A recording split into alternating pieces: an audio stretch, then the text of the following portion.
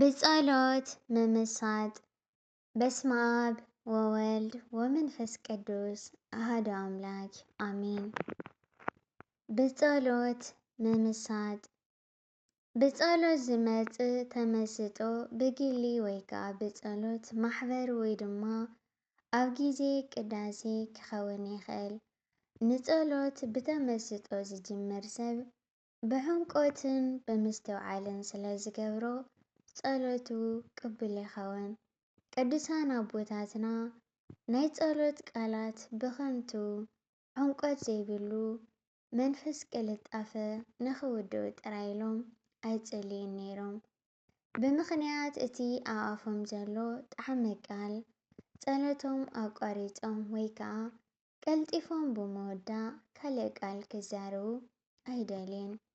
ቅዱሳን ኣቦታትና ናይ ጸሎት መንፈሶም ብዝህቦም ሓይልን ጽንዓትን ተመሲጦም ናብ እግዚኣብሔር ብምጉዓዝዮም ዝጸልዩ እቲ ዘፈልፈልዎ ቃላት ካብ መዝገብ ልቦም ስለ ዝኾነ ሓሳባቶምን ቃላቶምን ዝተፈላለየ ኣይኮነን።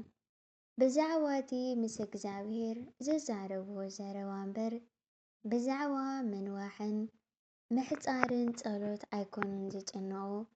ጸሎት ብቕልጡፍ ብምውድኦም ጥራሕ ከም ቅቡል ናይ ጸሎት መስዋእቲ ዘቕርቡ ደስ ዝብሎም ሰባት ኣለዉ።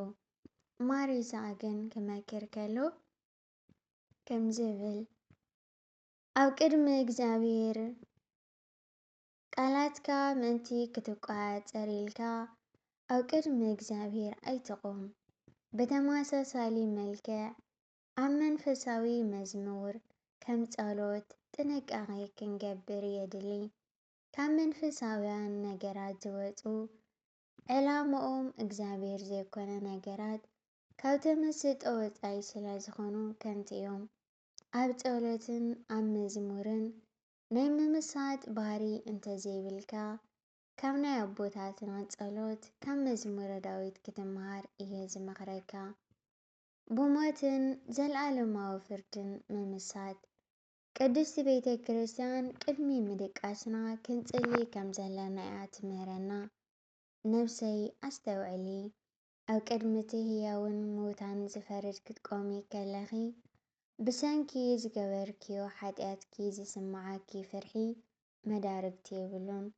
እዚ ዓለም እዚኣ ነባሪት ዘይትልወጥ ኔራ እንተትኸውን ድሓን ነይሩ። እቲ ድኹም ዝኾነ ስራሕክን ክፉእ ዝኾነ ሓጢኣትክን ኣብ ቅድሚ እቲ ፈራዲ ፍርዲ ዝገልጽ ግዜ እንታይ ክትምልስ ኢኺ እንዳበልና ስለ ድሕሪ ሞት ዘሎ ፍርዲ ኣምላኽ እናሓሰብና ክንምሰጥ መንገድና ክንዕሪ ከም ዘለና እያ ትምህረና። ከምኡ ኸዓ ቅድስቲ ቤተ ክርስቲያን ኣብቲ ናይ ፍርቂ ለይቲ ጸሎት ብኻልኣይ ምጽኣት ጎይታ ብመወዳእቲ ዓለም ንኽንምሰጥ ብምሳሌ እተን 10 ደናግል ጌራ ትምህረና። ማቴዎስ ወንጌል 25 ባህርያት እግዚኣብሔር ምምሳጥ ናይ እግዚኣብሔር ባህርያት ዕምቆት ናይ ተመስጦ ምንጭታት እዮም።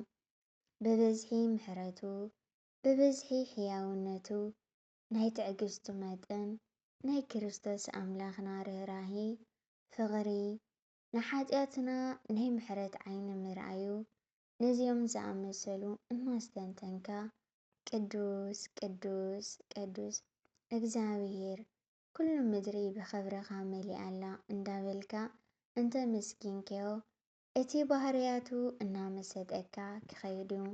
ዘለኣለማውነቱ፣ ደረት ኣልቦነቱ፣ ፈጣርነቱ፣ ሓይሉ እናሓሰብካ ድማ ክትምሰጥ ትኽእል ኢኻ። እዚኦም ኩላቶም ብነጥብሕለና ናብ እግዚኣብሔር ክንጓዓዝ ከም ዘለና ዘኽእሉና መንገድታት እዮም። ካልኦት ናይ ተመስጦ ዓውድታት ድማ ንኣብነት ብጥበብን ብምስትውዓልን ብምስጥራተ ቤተ ክርስቲያን ብህይወት ቅዱሳን ካልእ ወዘተ ክትምሰጥ ትኽእል ኢኻ።